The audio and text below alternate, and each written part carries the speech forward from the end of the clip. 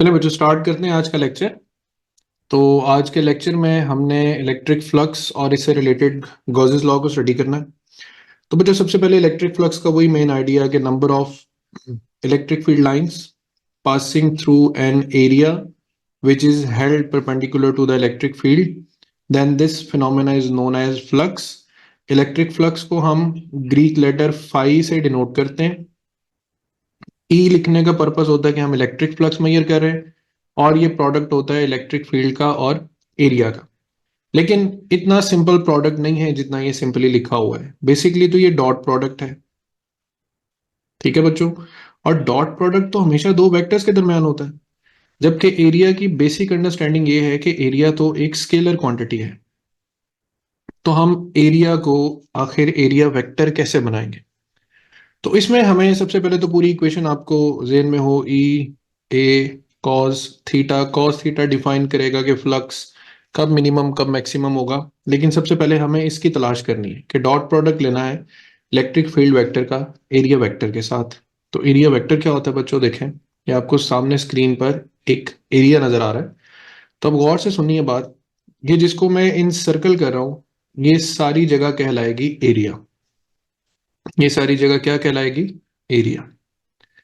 लेकिन वो लाइन, वो परपेंडिकुलर लाइन जो इस एरिया की डायरेक्शन को शो कर रही है, वो वेक्टर जो इस एरिया की डायरेक्शन को शो कर रहा है, that vector line is known as area vector.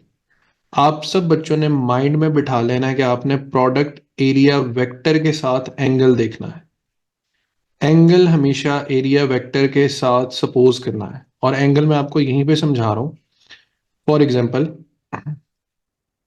If I से कि इस एरिया में से ये एक इलेक्ट्रिक फील्ड लाइन पास कर रही है, ये एक इलेक्ट्रिक फील्ड लाइन पास कर रही है। तो बच्चों मैं इक्वेशन तो लिखूंगा phi is equal to E dot A, ठीक है। चूंकि दोनों वेक्टर्स के दरमियान एंगल देखना है ना, कॉस थीटा, तो आप तब जाएंगे ई ए कॉस थीटा। तो अब ये थीटा क्या होगा? तो बच्चों देखें, एरिया वेक्टर और इलेक्ट्रिक फील्ड वेक्टर इस वक्त दोनों पैरेलल हैं। पैरेलल होने की बिना पर इस वक्त एंगल कितने डिग्री होगा? 0 डिग्री। तो हम कहेंगे phi is equal to E A cos 0 degree. अच्छा, यहां तक तो एंगल समझ आ गया। एंगल की समझ आ गई सब बच्चों को? मुझे बताएं, इलेक्ट्रिक फील्ड वेक्टर और एरिया वेक्टर के दरमियान एंगल देखना। जी बच्चों, ओके। लेकिन अब एक और बात यहाँ पे समझनी है, मैं इसको थोड़ा और ज्योमेट्रिकली बनाता हूँ। यहाँ पे इलेक्ट्रिक फील्ड आई और इस एरिया में से पास करते हुए यहाँ से निकली। तो ये जो पूरा एरिया था, ये सारा एरिया जिसको मैं ग्रीन शेड में हाईलाइट कर रहा हूँ, ठीक है, ये सारा एरिया ये तो इलेक्ट्रिक फील्ड के साथ परपेंडिकुलर था। तो दो बातें बड़ी ध्यान से सुननी और समझनी है। इस डायग्राम में, इस डायग्राम में ये इलेक्ट्रिक फील्ड लाइंस है और ये एरिया है जिसमें से इलेक्ट्रिक फील्ड लाइंस पास कर रही। इलेक्ट्रिक फील्ड वेक्टर एरिया के साथ परपेंडिकुलर है, बट यहां पर अब मैं एक लाइन ड्रॉ कर रहा हूं। ये लाइन क्या है? Area vector of this area. तो बच्चों ये जो इलेक्ट्रिक फील्ड वेक्टर है, ये एरिया वेक्टर के साथ क्या है? पैरेलल है। दोनों कंडीशंस अगर समझ आ जाती हैं तो मुझे ये बताएं, इन दोनों कंडीशंस में से एंगल किस कंडीशन ने देना है हमें?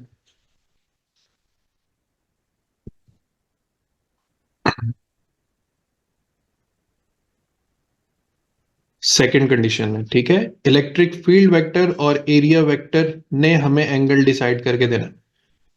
और एंगल इस कंडीशन में कितना आ रहा है? 0 डिग्री आ रहा है। 0 डिग्री एंगल आ रहा है, तो बच्चों इसका मतलब है कि फ्लक्स हमारे पास क्या आएगा? मैक्सिमम आएगा। तो मैं सवाल की कंडीशन बता रहा हूं। आपको सवाल ऐसे ही आएगा कि electric field is passing through an area which is held perpendicular. Word perpendicular use होगा, लेकिन याद रखें वो वर्ड परपेंडिकुलर एरिया के लिए यूज हुआ है, एरिया वेक्टर के लिए नहीं। तो एट द सेम टाइम जब एरिया परपेंडिकुलर है, उसी सेम टाइम पे बच्चों एरिया वेक्टर क्या है? पैरेलल है। ये बात समझ आ रही? और एंगल हमेशा हमने किसका देखना है? फील्ड वेक्टर का और एरिया वेक्टर का। जी बच्चों, क्लियर है?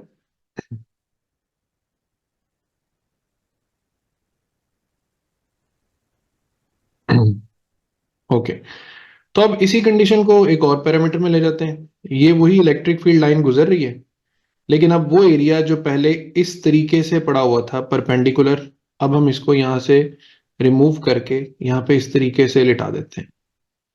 ठीक है, अब ये एरिया इस तरीके से हमने प्लेस कर दिया। तो अब देखेंगे इलेक्ट्रिक फील्ड लाइन तो इसके ऊपर ऊपर से गुजर जाएगी, इसका मतलब है इसमें से तो कुछ नहीं गुजरने वाला। तो यही एरिया और यही फील्ड, तो इसका मतलब है field vector is parallel to area. But wait a minute, इस एरिया का एरिया वेक्टर तो ये होगा। तो अब मुझे बताएं, फील्ड वेक्टर और एरिया वेक्टर ये दोनों आपस में क्या हो गए, परपेंडिकुलर। एंगल कौन सा चूज होगा, 90 डिग्री, और cos 90 क्या होता है, 0। तो वैसे भी साफ पता चल रहा है कि एरिया में से कोई लाइन पास नहीं कर रही, तो फ्लक्स 0 होना चाहिए। और वो 0 किस कंडीशन पे आ रहा है, 90 डिग्री एंगल हमें कंफर्म करके दे रहा है कि हमारे पास जो इलेक्ट्रिक फ्लक्स आएगा वो 0 हो जाएगा। तो ये बच्चों दोनों कंडीशंस को मैं यहाँ पे डायग्रामेटिकली भी बता रहा हूँ। देखें, यहाँ पे एरिया पैरेलल पड़ा हुआ, ठीक है। ये इलेक्ट्रिक फील्ड लाइन इसके ऊपर ऊपर से पास कर रही है, तो इलेक्ट्रिक फील्ड वेक्टर है। Electric field as a vector parallel to area है। लेकिन जब यहाँ पे एरिया वेक्टर ड्रॉ करें तो वही same electric field perpendicular to area vector है, और इस कंडीशन से हमें एंगल लेना है थीटा 90 डिग्री। थीटा 90 डिग्री पे जो फ्लक्स है वो हमारे पास क्या हो जाएगा, 0 हो जाएगा। तो ये बच्चों अंडरस्टैंडिंग आपको अच्छी बेटर होनी चाहिए है कि आपने एंगल हमेशा एरिया वेक्टर और फील्ड वेक्टर के दरमियान देखना है। इसी बिना पर इलेक्ट्रिक फ्लक्स की इक्वेशन को अंडरस्टैंड करते हुए हम देखते हैं कि कोई टॉपिक आता है, electric flux through a surface in closing a charge. I am not going towards the derivation, बस मैं इसका थीम आइडिया आपको दूंगा कि एक सिंगल चार्ज है, एक सिंगल चार्ज, उसे देखें कितनी ही नंबर ऑफ लाइंस जो हैं वो बाहर निकलती हैं। अब अगर इन नंबर ऑफ लाइंस के अक्रॉस हम एक स्फेरिकल एरिया सपोज कर लें, तो आपको इस टॉपिक का आउटकम क्या मिलता है कि flux through this closed surface is just depending upon two things, q by epsilon not. यानी चार्ज जो फ्लक्स है वो किसी भी क्लोज बॉडी से डिपेंड करता है किस चीज पर, द अमाउंट ऑफ चार्ज पर। और ये चार्ज नेट चार्ज होगा and divided by the properties of medium. ठीक है बच्चों, यहां से एमसीक्यू आता है कि flux through any close surface is independent of. Is independent of क्या है, तो पहली बात तो ये सीखें डिपेंडेंट ऑफ क्या है। तो वो डिपेंड करता है चार्ज पे और मीडियम पे, और किस चीज पे डिपेंड नहीं करता, ये चार्ज है ना बच्चों। तो ये इसके गिर्द किस तरह की शेप आपने एज्यूम की हुई है, ये इस शेप से इंडिपेंडेंट होता है। उसकी वजह क्या है, उसकी वजह ये है कि आपके बुक में क्या बना हुआ डायग्राम, पहले उसने ना स्फेयर के जरिए फ्लक्स कैलकुलेट किया, फ्लक्स आया क्यू बाय एप्सिलॉन नॉट। फिर उसने इसी स्फेयर को एक और क्लोज क्लोज बॉडी के अंदर, ये क्लोज बॉडी, उसके अंदर इस स्फेयर को रख दिया। तो कहते हैं तब भी इस पूरी क्लोज बॉडी से जो फ्लक्स इमर्ज कर रहा है, बाहर निकल रहा है, वो क्या है, क्यू बाय एप्सिलॉन नॉट। और फिर आप कहते हैं सपोज कर लें कि ये तो एक चार्ज है ना, तो इस जैसे बहुत सारे चार्जेस अपना अपना क्लोज शेप स्ट्रक्चर बना के इस पूरी शेप में से जो टोटल फ्लक्स इमिट कर रहे हैं वो गॉसेस लॉ की तरफ हमें ले जाता है कि the total flux depends upon 1 over epsilon naught times the total charge enclosed by the surface। Total charge कह लें या इसको नेट चार्ज कह लें। नेट क्यों कहना, नेट चार्ज इसलिए कहना बच्चों कि अगर एक क्लोज बॉडी के अंदर पॉजिटिव चार्ज है तो फ्लक्स होगा plus Q by epsilon not. लेकिन अगर क्लोज बॉडी के अंदर नेगेटिव चार्ज है तो फिर फ्लक्स की इक्वेशन होगी minus Q by epsilon naught. तो मुझे बताएं, अगर एक क्लोज बॉडी के अंदर एक पॉजिटिव और इक्वल अमाउंट में नेगेटिव चार्ज हो तो उससे इमर्ज होने वाला फ्लक्स कितना होगा,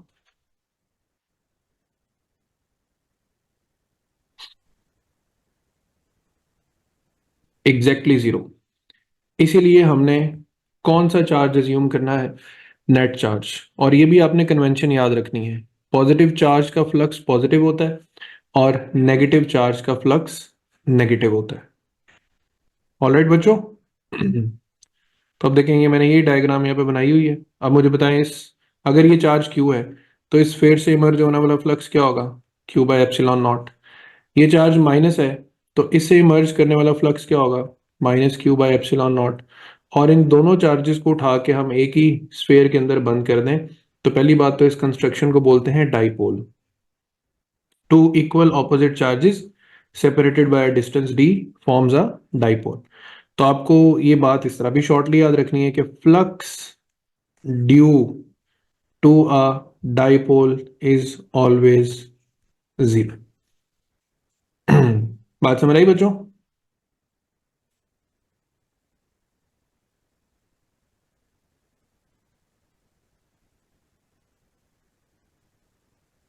मुझे बताएं, अगर एक मैग्नेट को मैं क्लोज बॉडी के अंदर बंद कर दूं, एक एंड नॉर्थ होता है एक साउथ, तो what will be the total magnetic flux through this close shape?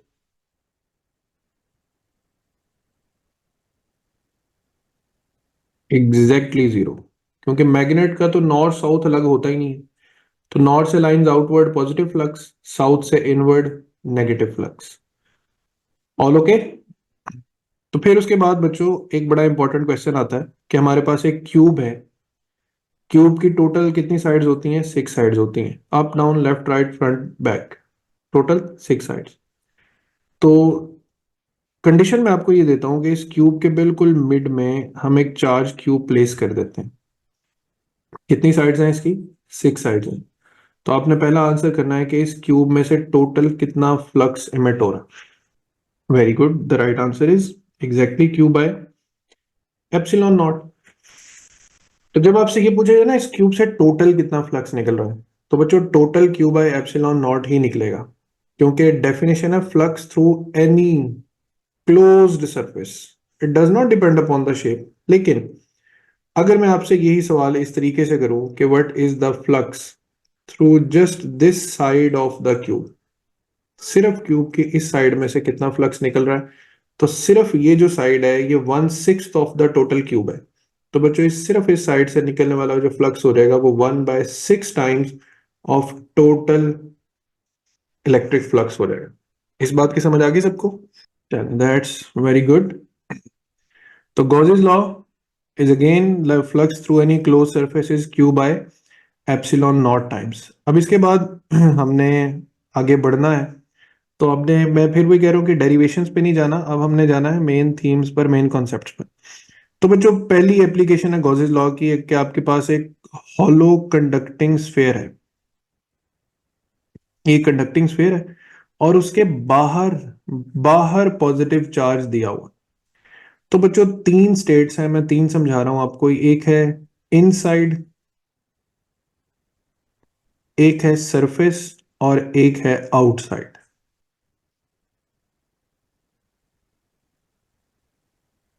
तो यू हैव टू रिमेंबर कि आप सबने पढ़ा तो है ना कि electric field inside the sphere zero होती। लेकिन मैं आपसे एक आसान सा क्वेश्चन पूछता हूँ। लेट से मैंने यहाँ पे एक लाइन लगाई और इस लाइन पे मैंने 3 पॉइंट्स लगा दिए, पॉइंट ए, पॉइंट बी और just below the surface point C. आप में से कोई बच्चा मुझे बताएगा कि कौन सा पॉइंट है जहां पे इलेक्ट्रिक फील्ड परफेक्टली जीरो होगी? चलिए ऑल पॉइंट्स। तो सजेशन ये आ रही है कि ऑल पॉइंट्स पर जो हमारे पास इलेक्ट्रिक फील्ड है वो जीरो होगी। तो ये बिल्कुल ठीक आंसर है। इसमें आपने इस कंफ्यूजन में नहीं रहना कि एग्जैक्ट सेंटर पे जाके इलेक्ट्रिक फील्ड जीरो होगी। Electric field is zero everywhere inside the hollow conducting sphere. तो एक तो ये कॉन्सेप्ट हो गया। फिर उसके बाद आता है बच्चों सरफेस। सरफेस सेंटर से लेट से आर डिस्टेंस पर है, तो सरफेस पे तो चार्ज मौजूद है।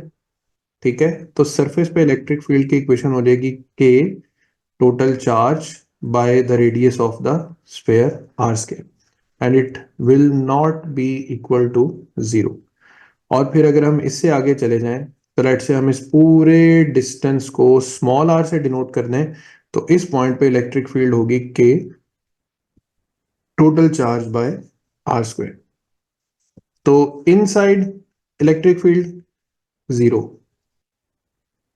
सरफेस पे electric field k q by r square, that is simply maximum, and after the surface electric field obeys again inverse square law।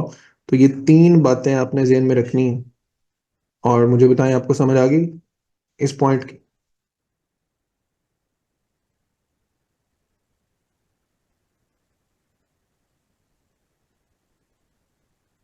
चलिए, दैट्स गुड। इसके बाद बच्चों सरफेस चार्ज डेंसिटी सिग्मा से डिनोट की जाती है चार्ज पर यूनिट एरिया। ये दोनों एरियाज ऑलमोस्ट एक जैसी डायमेंशंस के हैं, बट इस पे चार्ज की मिकदार कम है और इस पे चार्ज की मिकदार ज्यादा है। तो there is different amount of charge on same amount of area. तो इसकी चार्ज डेंसिटी कम है और इसकी चार्ज डेंसिटी जो है वो ज्यादा है। ये चार्ज डेंसिटी का जो पॉइंट है ये कहाँ पे यूज होता है? Number one, inside a hollow conducting sphere electric field zero. और इनफाइनाइट शीट की इलेक्ट्रिक फील्ड क्या थी? Sigma over 2 epsilon naught. बच्चों सिग्मा क्या है? Surface charge density. और electric field between two oppositely charge plates, इसकी इक्वेशन क्या थी? E is equal to sigma over epsilon naught. तो आपको बच्चों ये तीनों इक्वेशंस जो हैं वो याद होनी चाहिए, उनकी समझ होनी चाहिए। अब आपने ज्यादा प्रेफरेबली इस टॉपिक की जो इलेक्ट्रिक फील्ड है बिटवीन पैरेलल प्लेट्स, इसको जेहन में रखना है, क्योंकि आगे ये पोटेंशियल के और कैपेसिटर के दोनों के कॉन्सेप्ट्स में हमें काम आएगा। तो ये बच्चों हमारे पास कॉन्सेप्ट ऑफ हो गया इलेक्ट्रिक फ्लक्स। इलेक्ट्रिक पोटेंशियल पे आ जाते हैं। वेरी सिंपल, हमारे पास पोटेंशियल का एक फॉर्मूला होता है, work on unit positive charge that gives us joule per coulomb. Then we have work is equal to q into v, or we can say work is equal to the change in kinetic energy। तो q delta v बच्चों ये हमारे पास एक बड़ी important equation बन जाती है kinetic energy की, that q delta v is equal to 1/2 mv square. इससे हम चार्ज इनटू पोटेंशियल डिफरेंस को मल्टीप्लाई करें ना तो हमेशा हमें एनर्जी मिलती है, और मोस्ट प्रोबेबली वो एनर्जी कौन सी होती है? Kinetic energy. एक तो ये बात हो गई। फिर बच्चों स्मॉलेस्ट चार्ज इलेक्ट्रॉन, पोटेंशियल को अगर हम वी कह लें तो इलेक्ट्रॉन वोल्ट किस चीज का यूनिट है? एनर्जी का यूनिट है। 1 इलेक्ट्रॉन वोल्ट कितनी एनर्जी के बराबर होता है? 1.6 10⁻⁻19 जॉल्स। एंड देन 1 जॉल कितने इलेक्ट्रॉन वोल्ट के बराबर होता है? 6.25 10⁻18 इलेक्ट्रॉन वोल्ट्स। तो वेरी सिंपली मैं चीज़ों को सिर्फ डिज़ाइन कर रहा हूँ, क्योंकि मेजरली आपको टॉपिक्स कुछ हद तक आपने पढ़े भी हुए हैं अभी, इसलिए हम ज़्यादा चाहेंगे कि इस क्वांटिटी से रिलेट किया जाए। तो बच्चों हमारे पास kinetic energy Q delta V equation है। इसको हम इलेक्ट्रॉन वोल्ट के साथ भी कंपेयर कर सकते हैं, 1/2 mv स्केयर लिख सकते हैं। 1 electron volt is 1.6 10⁻⁻19 joules energy, and 1 joule is equal to 6.25 10⁻18 electron volts. अभी आगे भी इस फॉर्मूला को हम यूज करेंगे, but on the other hand potential का एक और फॉर्मूला भी होता है ना, वर्क ओवर चार्ज। ठीक है, तो V is equal to F D cos theta divided by Q. Electric field as potential gradient पे मैं आपको लेके जा रहा हूँ। F D cos 180 degree. ये 180 डिग्री इसलिए है कि हमने ये जब टॉपिक पढ़ा था तो हम ये इलेक्ट्रिक फील्ड है तो हम चार्ज को डिस्प्लेस कर रहे हैं अगेंस्ट द इलेक्ट्रिक फील्ड। तो कॉस 180 डिग्री, कॉस 180 डिग्री की वजह से माइनस आ जाएगा। F is equal to Q E multiply by D divided by Q. Q से क्यू कैंसिल हो जाएगा बच्चों, तो V is equal to minus E D. मैं इसको सिंपल कर रहा हूँ, मुश्किल नहीं कर रहा, मैं आपको सिंपल इस इक्वेशन पे ला रहा हूँ। E is equal to V over D. मुझे पहले कंफर्म कर दें, इक्वेशन आप सबने पढ़ी हुई है ना, electric field as potential gradient.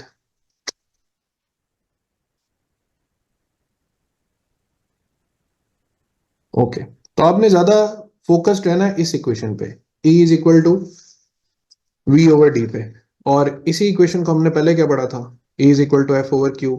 तो यहीं से आपने वो यूनिट रिकॉल कर लेना है, क्योंकि यहाँ पे यूनिट क्या होता है? Newton per coulomb. यहाँ पे क्या होता है? Volt per metre. So do remember कि volt per metre is equal to newton per coulomb. ये दोनों यूनिट्स आपस में बराबर होते हैं। इज दैट क्लियर बच्चों?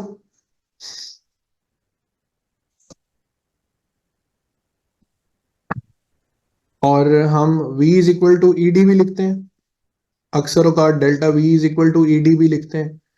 इस इक्वेशन पे अब जरा फोकस्ड रहना है, delta V is equal to E D.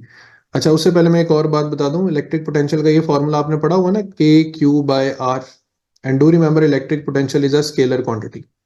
Scalar का मतलब है कि अगर चार्ज पॉजिटिव है तो ये प्लस के क्यू बाय आर होगा, और अगर चार्ज नेगेटिव है तो फिर पोटेंशियल माइनस के क्यू बाय आर के इक्वल आएगा। तो पॉजिटिव का पोटेंशियल पॉजिटिव होगा, नेगेटिव का पोटेंशियल नेगेटिव होगा। डू कंफर्म में कि आपको ये बात समझ आ गई? ओके, तो पोटेंशियल एक स्केलर क्वांटिटी है। अब जरा आप सब बच्चे इस हाइलाइटेड फॉर्मूला पर तवज्जो देंगे। मैं इससे रिलेटेड आपको एक क्वेश्चन सॉल्व करवाता हूं।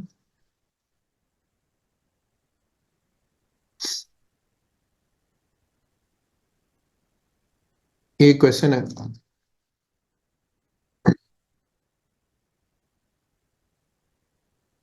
क्वेश्चन है बच्चों के the large horizontal metal plates are separated by 4 millimetre. Data मैं साथ ही लिख रहा हूं। डिस्टेंस कितना है? 4 millimetre. The lower plate is a potential of -6 volt. Let say हम लोअर प्लेट को नाम दे देते हैं ए का, तो potential of plate A is -6 volt. ठीक है। फिर वो कहता है what potential should be applied to the upper plate. Upper plate के पोटेंशियल को हम नाम दे देते हैं बी का, तो वी बी हमें फाइंड करना है। ठीक है। To create an electric field of strength 4000 volt per metre. Electric field की स्ट्रेंथ उसने कितनी बताई है? 4000 वोल्ट्स पर मीटर। अब बच्चों वो वर्ड आ रहा है जिसकी बिना पर आप इस सवाल को ठीक से हल कर सकेंगे। उस वर्ड पे ध्यान नहीं देंगे तो सवाल ठीक नहीं होगा। वो वर्ड आ रहा है आपके पास अपवर्ड। यानी वो हमें कह रहा है कि हमें इलेक्ट्रिक फील्ड क्रिएट करनी है इन दो प्लेट्स के दरमियान, बट किस डायरेक्शन में? अपवर्ड डायरेक्शन में। तो इस अपवर्ड के वर्ड से मुझे क्लू मिल गया कि ये नीचे वाला पोटेंशियल हाई पोटेंशियल है और ऊपर वाला पोटेंशियल जो है वो लो है। तो अगर ये कहता है कि इलेक्ट्रिक फील्ड हमें डाउनवर्ड करनी है, तो डाउनवर्ड फील्ड का मतलब होता है कि बी पोटेंशियल हाई है और ए पोटेंशियल लो है। ठीक है। इस हाई और लो को जो बच्चा अच्छे से आइडेंटिफाई कर लेगा ना, वो डायरेक्ट अपने आंसर तक पहुंच जाएगा। सो अब हमें बी प्लेट का पोटेंशियल फाइंड करना है। तो यहाँ पे मैं अब सोल्यूशन पे आ रहा हूँ। आप लिखेंगे delta V is equal to E D. Delta V is equal to E है 4000 और डी है 4 मिलीमीटर, यानी 4/1000। 1000 से 1000 कैंसिल हो जाएगा। डेल्टा वी हमारे पास आएगा 16 वोल्ट्स। अब डेल्टा वी तो चेंज को कहते हैं बच्चों। तो कोई मुझे बताएगा कि मैं change V B minus V A करूं या V A minus V B करूं? Anyone who can tell me?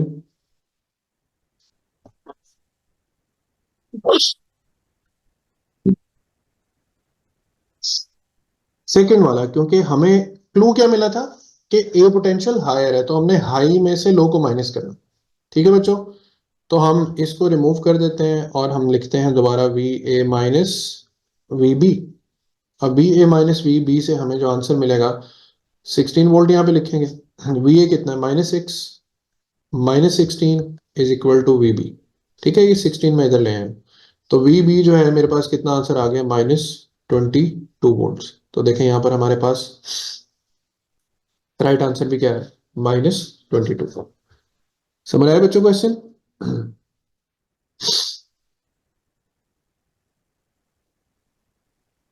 Okay. तो अगर यहाँ पे अपवर्ड की बजाय वर्ड डाउनवर्ड आ जाए, ठीक है, तो मैंने आपको स्लाइड भेजी हुई है, मैं दोबारा भी भेज दूंगा। आपने इसको डाउनवर्ड के साथ भी सॉल्व करना है और देखना है कि इन तीन में से कौन सी ऑप्शन है जो हमें मिलती है। अच्छा, आगे बढ़ते हैं इसी में मजीद। अब एक और कॉन्सेप्ट क्लियर करना। ये बच्चों प्लेट है पॉजिटिव। पॉजिटिव किस पोटेंशियल पे होता है? हायर पोटेंशियल पे। नेगेटिव किस पे होता है? लोअर पोटेंशियल पे। मैं यहाँ पर पॉजिटिव प्लेट के करीब एक पॉइंट बना रहा हूँ ए, एक पॉइंट बिल्कुल इनके मिडिल में बना रहा हूँ बी, और एक पॉइंट सी में बना रहा हूँ नेगेटिव प्लेट के करीब। अब आपने मुझे ये बताना है कि ए बी और सी में से किस पॉइंट पर इलेक्ट्रिक फील्ड स्ट्रेंथ मैक्सिमम है? ए पर, बी पर या सी पर?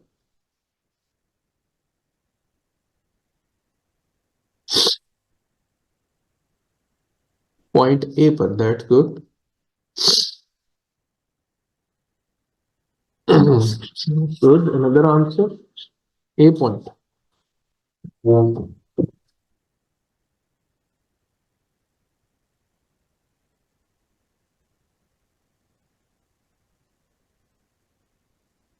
तो बच्चों हमारे पास ज्यादा मेजोरिटी बच्चों के आंसर आ रहे हैं A, but A is not the correct answer. इन तीनों पॉइंट्स पर इलेक्ट्रिक फील्ड स्ट्रेंथ रहेगी इक्वल, कांस्टेंट, सेम। उसकी वजह गॉसेस लॉ की थर्ड एप्लीकेशन मैंने आपसे कहा था जेन में रखनी है। Electric field between parallel plates is depending upon sigma and epsilon naught. It is not depending upon the distance of any point from the positive plate or the distance of any point from negative plate. So आपने याद रखना है कि parallel plates के दरमियान electric field हर point पर क्या रहती है, यूनिफॉर्म रहती। समझ आ गई इस बात की? और अगर हम एक ग्राफ बनाएं between electric field versus distance, distance let say ये पॉजिटिव प्लेट है और ये नेगेटिव प्लेट की तरफ हम जा रहे हैं डिस्टेंस में, तो बच्चों इलेक्ट्रिक फील्ड का ग्राफ ऐसे बनेगा। कोई चेंज नहीं आएगी इलेक्ट्रिक फील्ड में from positive plate to negative plate. ठीक है बच्चों?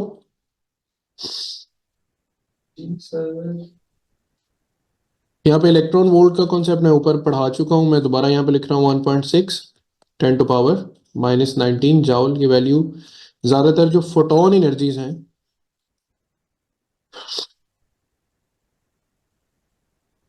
उनको कैलकुलेट करने के काम आती।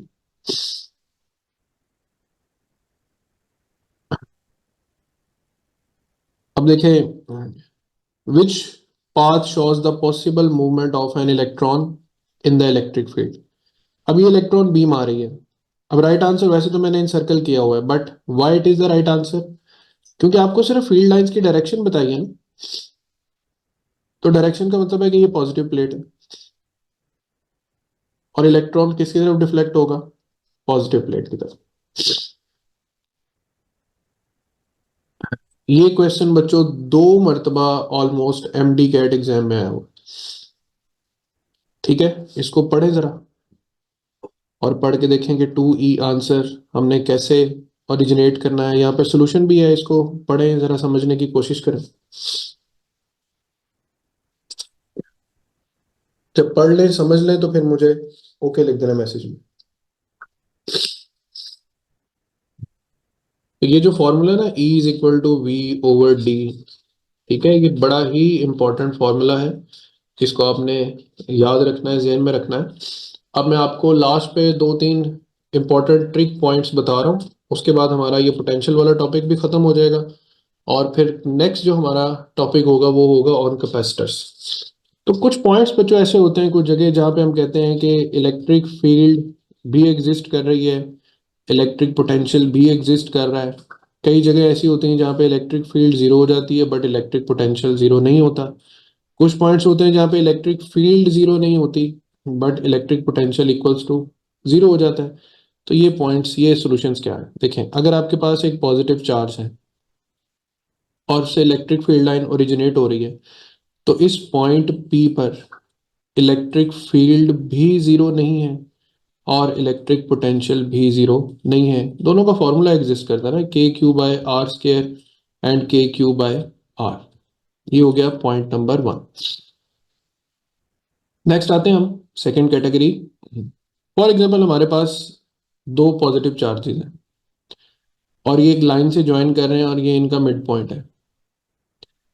अब मैंने आपसे क्या कहा था कि इलेक्ट्रिक फील्ड जो है पॉजिटिव और पॉजिटिव तो एक दूसरे को रिपेल कर रहे हैं, तो इनके दरमियान में कोई इलेक्ट्रिक फील्ड नहीं होनी चाहिए। हम जीरो फील्ड लोकेशन का कॉन्सेप्ट पढ़ चुके हैं।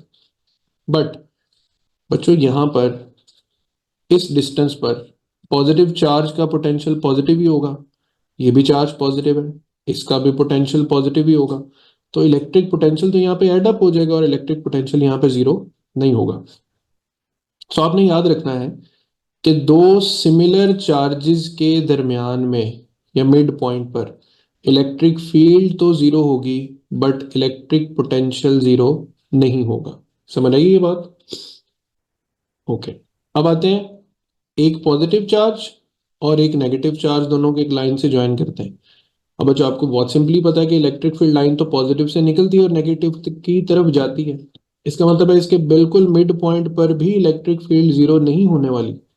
बट इसके मिड पॉइंट पर अगर हम पोटेंशियल की बात करें तो मिड पॉइंट पर पॉजिटिव चार्ज की वजह से पोटेंशियल पॉजिटिव होगा, के क्यू बाय डी, और नेगेटिव चार्ज की वजह से जो पोटेंशियल होगा होगा नेगेटिव के क्यू बाय डी। तो दोनों को जब एडअप करेंगे तो हमारे पास आंसर क्या आ जाएगा, जीरो। तो हम कह सकते हैं कि एक डाईपोल यानी टू इक्वल ऑपोजिट चार्जेस के मिड पॉइंट पर इलेक्ट्रिक फील्ड जीरो नहीं होती, बट इलेक्ट्रिक पोटेंशियल क्या होता है, जीरो होता है। और सेम इसी तरह हमने गॉसेस लॉ की फर्स्ट एप्लीकेशन पढ़ी, तो फर्स्ट एप्लीकेशन के अकॉर्डिंग हम यहाँ पे पॉइंट ए और यहाँ पर पॉइंट बी सपोज करते हैं, और हम लिखते हैं कि पॉइंट ए और पॉइंट बी के दरमियान जो पोटेंशियल है delta V, it should be equal to E D. तो potential delta V should be equal to E D. अब इलेक्ट्रिक फील्ड तो जीरो है बच्चों, वहां पर डिस्टेंस जो भी हो, तो डेल्टा वी जीरो है। डेल्टा वी जीरो होने का मतलब ये नहीं है कि वी जीरो है। डेल्टा वी का मतलब है कि जो पोटेंशियल पॉइंट ए पर है उसमें से हम पोटेंशियल बी को माइनस कर दें तो जवाब जीरो आएगा। इसका मतलब है कि पोटेंशियल ए और बी पॉइंट पर सेम है और नॉन जीरो है। ठीक है, तो आपको क्वेश्चन आएगा कि एक हॉलो कंडक्टिंग स्फीयर है जिसका सरफेस पोटेंशियल 80 वोल्ट है, बताएं उसके मिड पॉइंट पे पोटेंशियल कितना होगा। अब जिसको ये बात नहीं पता होगी ना, वो ये सोचेगा कि भाई मिड पॉइंट पे तो इलेक्ट्रिक फील्ड जीरो है तो पोटेंशियल भी जीरो होगा। नहीं, मिड में या inside the sphere electric field जरूर जीरो है, मगर इलेक्ट्रिक पोटेंशियल मिड में या इनसाइड जीरो नहीं है, वो वही होगा जो सरफेस पर होगा। यानी चेंज ऑफ पोटेंशियल जीरो होगा बट एक्चुअल पोटेंशियल जीरो नहीं होगा। हाँ जी बच्चों, समझ रही है पॉइंट्स की, कब पोटेंशियल जीरो है कब जीरो नहीं है। ओके, तो ये बच्चों जितने कॉन्सेप्ट थे ऑलमोस्ट मैंने आपको एक्सप्लेन किए हैं। ठीक है, इसमें आप अब आगे मैं आपको जब ये स्लाइड्स शेयर करूंगा तो इसके अंदर जितने आपके पास ये क्वेश्चंस आएंगे, ये अब आपने प्रैक्टिस करने हैं, इनको देखना है, इनको समझने की कोशिश करनी है। और कोई बात ना समझ आए तो मुझे आप इनबॉक्स कर दें, मुझे उस चीज़ का हवाला आपने दे देना है, मैं आपको नेक्स्ट लेक्चर में जो है वो एक्सप्लेन कर दूंगा। तो नेक्स्ट इंशाल्लाह हम नेक्स्ट लेक्चर में पढ़ेंगे टॉपिक ऑफ कैपेसिटर्स। तो यहाँ तक मेजर आइडिया, बेसिक आइडिया समझ आ गया फील्ड और पोटेंशियल का। ओके, चलें साथ साथ क्वेश्चन प्रैक्टिस करते रहना। मैं आप लोगों को क्वेश्चन मटेरियल का भी एक लिंक भेजूंगा आज, उसमें काफ़ी सारी बुक्स पड़ी होंगी, तो आपने साथ साथ प्रैक्टिस भी करते रहना। और इसी कॉन्टेक्स्ट में क्वेश्चन आते हैं, आप पास पेपर्स भी उठा के देखें, तो कोई रॉकेट साइंस क्वेश्चन नहीं आते, कि बहुत मुश्किल नहीं आते, बिल्कुल बेसिक आइडियाज और उन्हीं में से बात जो है वो पूछी होती। ठीक है बच्चों, तो मैं ये स्लाइड और आपको क्वेश्चन लिंक भेजता हूँ, फिर वीडियो में एडिटिंग करके फिर आपके साथ शेयर कर दूँ। ओके बच्चों, अपना ख्याल रखिएगा। अल्लाह हाफिज़।